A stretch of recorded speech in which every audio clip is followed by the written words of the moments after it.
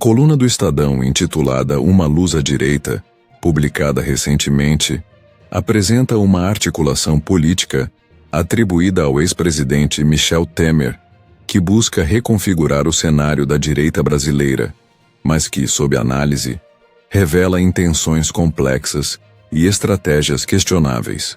O texto destaca a iniciativa de Temer para unir 5 governadores com ambições presidenciais: Tarcísio de Freitas, São Paulo; Romeu Zema, Minas Gerais; Ronaldo Caiado, Goiás; Eduardo Leite, Rio Grande do Sul; e Ratinho Júnior, Paraná, em torno de um projeto que seria uma alternativa à polarização entre Jair Bolsonaro e Luiz Inácio Lula da Silva. A proposta, segundo o jornal, visa construir uma direita moderada, democrática, republicana e liberal, livre do que é descrito como o radicalismo do bolsonarismo. No entanto, a narrativa da coluna, embora apresentada como uma solução para a crise política, levanta sérias questões sobre sua viabilidade, os interesses por trás dela e o impacto que pode ter em um cenário político já marcado por divisões profundas. O ponto central da coluna é a tentativa de criar uma direita sem Jair Bolsonaro, uma tarefa que o texto reconhece como difícil e arriscada. Bolsonaro, mesmo enfrentando investigações judiciais e restrições impostas pelo Supremo Tribunal Federal, STF, permanece uma figura dominante no campo conservador. A coluna sugere que ele criou uma arapuca para os governadores que desejam herdar seus votos, uma observação que aponta para a força do bolsonarismo como fenômeno político. Desde 2018, Bolsonaro consolidou uma base eleitoral fiel, ancorada em pautas como o combate à corrupção, a defesa de valores conservadores e a rejeição ao establishment político. Essa base, como a própria coluna insinua, não é facilmente transferível. Qualquer tentativa de construir uma direita que ignore ou marginalize Bolsonaro corre o risco de alienar justamente o eleitorado, que dá força ao campo conservador, resultando em uma direita sem voto. Uma crítica que ressoa com o histórico de fracassos de candidaturas de centro-direita, como as do PSDB nas últimas eleições. A escolha de Michel Temer como articulador é um dos aspectos mais intrigantes e problemáticos da proposta. Temer, que assumiu a presidência em 2016 após o impeachment de Dilma Rousseff, é uma figura experiente, mas profundamente controversa. Seu governo foi marcado por reformas estruturais, como a trabalhista, mas também por denúncias de corrupção que comprometeram sua popularidade. A coluna o apresenta como um líder capaz de unir diferentes atores políticos, mas omite um detalhe crucial: Temer nunca venceu uma eleição presidencial. Sua legitimidade como protagonista de uma nova direita é, portanto, limitada. Além disso, sua associação com o MDB, um partido conhecido por sua flexibilidade ideológica e por alianças pragmáticas, levanta suspeitas sobre os reais objetivos dessa articulação. Estaria Temer genuinamente interessado em renovar a direita? Ou seria essa uma manobra para reposicionar o MDB e possivelmente ele próprio como peças centrais em um cenário político pós-Bolsonaro? A composição do grupo de governadores também expõe as fragilidades da proposta. Tarcísio de Freitas, governador de São Paulo, é o nome mais promissor, com uma gestão bem avaliada e uma conexão clara com Bolsonaro, o que o posiciona como um potencial herdeiro do bolsonarismo. Romeu Zema, de Minas Gerais, destaca-se por sua abordagem técnica e liberal, mas carece do carisma necessário para liderar uma coalizão nacional. Ronaldo Caiado, de Goiás, tem uma base regional forte, mas sua projeção nacional é limitada. Eduardo Leite, do Rio Grande do Sul, é frequentemente percebido como um político de centro-esquerda, cuja trajetória no PSDB e no PSD o distancia do eleitorado conservador. Ratinho Júnior do Paraná é o menos conhecido nacionalmente, o que reduz sua competitividade. A ideia de unir esses nomes em torno de um projeto comum, sem rivalidades públicas, parece mais uma fantasia política do que uma estratégia realista, especialmente considerando a natureza competitiva das eleições presidenciais. A coluna também toca, de forma indireta, no papel do STF, particularmente do ministro Alexandre de Moraes, na tentativa de neutralizar Bolsonaro. As investigações contra o ex-presidente, incluindo acusações de supostas tentativas de golpe, sugerem que a articulação de Temer pode contar com a possibilidade de Bolsonaro ser afastado do jogo político por decisões judiciais. Essa é uma aposta perigosa. Primeiro, porque ações judiciais contra Bolsonaro podem reforçar a narrativa de vitimização que ele utiliza para mobilizar sua base, como visto em episódios anteriores.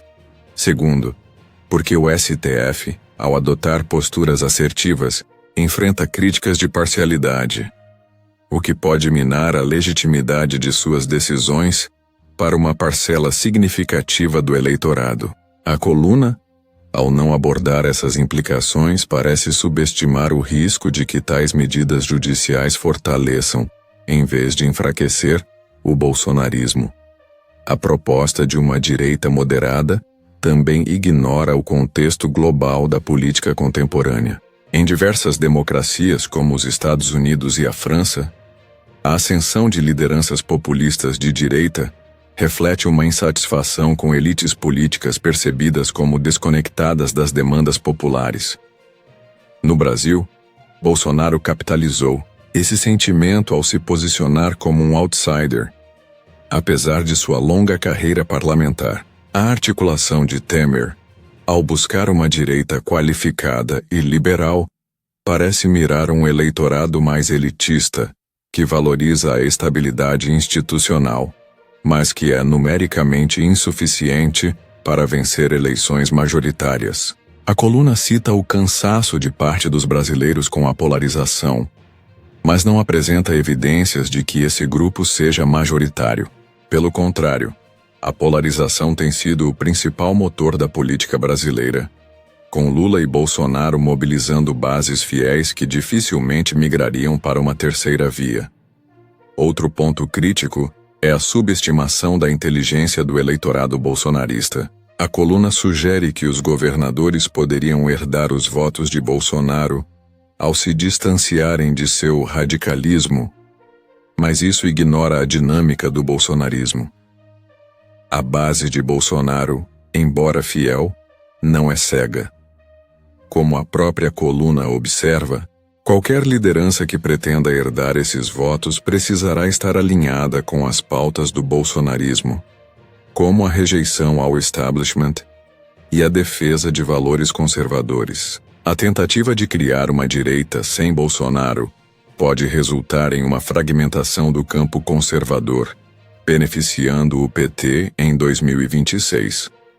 Por fim, a coluna falha ao não considerar o impacto da esquerda nesse cenário. Lula, apesar de enfrentar desafios econômicos e uma aprovação instável, permanece como o principal nome do campo progressista. A ausência de alternativas viáveis à sua liderança no PT, e na esquerda em geral, sugere que ele será o adversário a ser batido em 2026. A direita, portanto, não pode se permitir o luxo de se dividir. A insistência em uma terceira via, seja liderada por Temer ou por outro nome, corre o risco de repetir o fracasso de candidaturas como as de João Dória e Luciano Huck, que nunca conseguiram mobilizar apoio popular. Em resumo, a coluna do Estadão oferece uma visão intrigante, mas otimista demais, do futuro da direita brasileira. A articulação de Temer, embora bem articulada na teoria, enfrenta obstáculos estruturais. A força do bolsonarismo, a heterogeneidade dos governadores envolvidos e a polarização que define a política brasileira. A tentativa de criar uma direita sem Bolsonaro parece mais uma jogada de bastidores para reposicionar velhas elites do que uma solução viável para os desafios do campo conservador. O futuro da direita, ao menos no curto prazo, ainda passa por Jair Bolsonaro, e líderes como Tarcísio de Freitas terão o desafio de equilibrar a energia do bolsonarismo com a necessidade de ampliar a base eleitoral.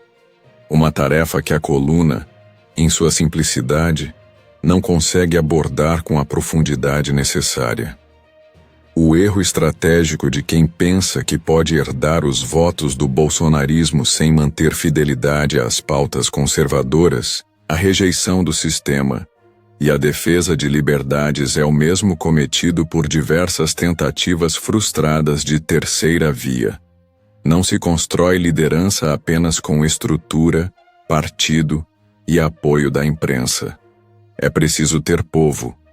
E o povo de direita no Brasil já escolheu suas prioridades: segurança, liberdade, combate à corrupção, defesa da família, rejeição ao globalismo. É essa base que define quem lidera, não o contrário.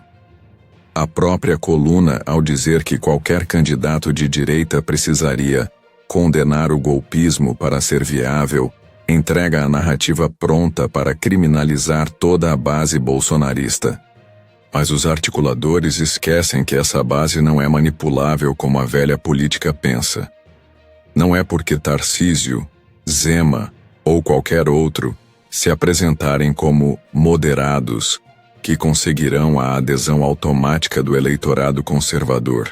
O bolsonarismo já demonstrou, inclusive nas eleições municipais, que não transfere votos com facilidade para quem não representa suas convicções. O episódio de Crivella no Rio é exemplo claro disso. O apoio de Bolsonaro não foi suficiente para garantir voto quando o nome não agradava. Por fim, a tentativa de ressuscitar Michel Temer como um presidenciável é quase uma comédia política.